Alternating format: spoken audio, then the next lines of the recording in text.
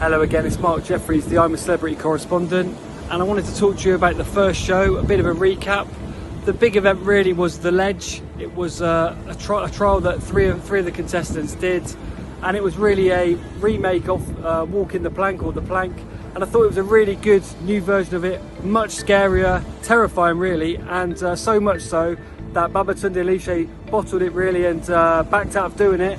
Obviously that was fair enough if he couldn't cope, but it wasn't great. It was pretty much unprecedented to scream "I'm a Celebrity, get me out of here" within the first sort of opening minutes of the show. And by contrast, you had Jill Scott, very brave, and Charlene White, also incredibly brave, and they went through with the trial. So of the three of them, it was just Babatunde who didn't do it, and the other two, as a consequence, looked even more brave, I suppose, and it was a great show for both of them. That was really the high point and the really great bit of the show, I thought. We also had two other groups of celebrities, because we split into three groups this year. So we had the likes of Mike Tindall, Owen Warner and Sue Cleaver.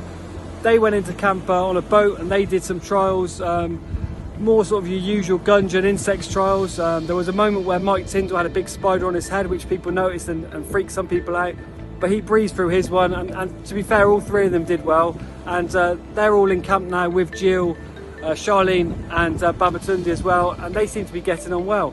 The other four, unfortunately for them, are VIPs, which stood for very isolated people, and they are still on this desert island really, with no real food, water, proper beds or anything, and they were made to camp down overnight there. As a consequence, because they didn't do as much, they didn't probably get quite as much airtime, so I don't think we've really seen the best of Boy George yet. We saw Chris Moores cracking some dad jokes, but hopefully that will improve. And I think that side of the camp, they're going to come into their own.